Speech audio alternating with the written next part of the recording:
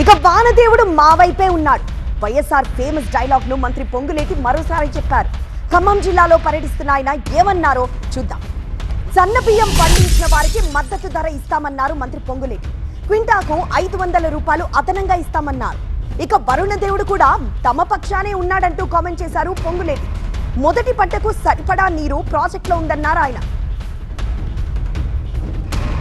9 రోజుల్లో 9,000 కోట్ల రూపాయలని రైతన్నలకి వారి ఖాతాల్లో టింగ్ టింగ్ టింగ్ అంటూ జమ చేసిన ప్రభుత్వం ఈ కాంగ్రెస్ ప్రభుత్వం.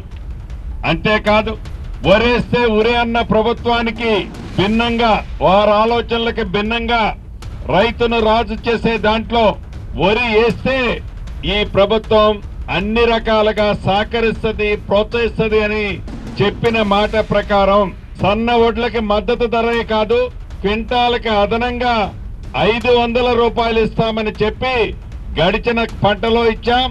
ఈ పంటలో కూడా కొన్ని ఇచ్చాం, మిగిలినవి కూడా రాబోయే కొన్ని రోజుల్లో అవి కూడా ఇవ్వబోతున్నాం.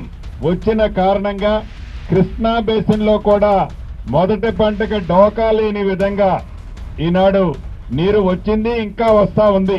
చాలా శుభసూచకం. కాంగ్రెస్ ప్రభుత్వం అంటేనే రైతుల పక్షపాతి ప్రభుత్వం ఎలా అని చెబుతూ వస్తామో ఆ వానదేవుడు కూడా ఈ సంవత్సరం అడ్వాన్స్ గా ఒక 10-15 రోజులు వర్షాలు ముందు రావటమే కాకుండా పైన వర్షాలు పడ్డ కారణంగా రిజర్వాయర్ లో కూడా సమృద్ధిగా వాటర్ వచ్చింది, ఇంకా వస్తుంది. ఇది శుభసూచకం మా రైతన్నలందరికీ రాష్ట్ర వ్యాప్తంగా.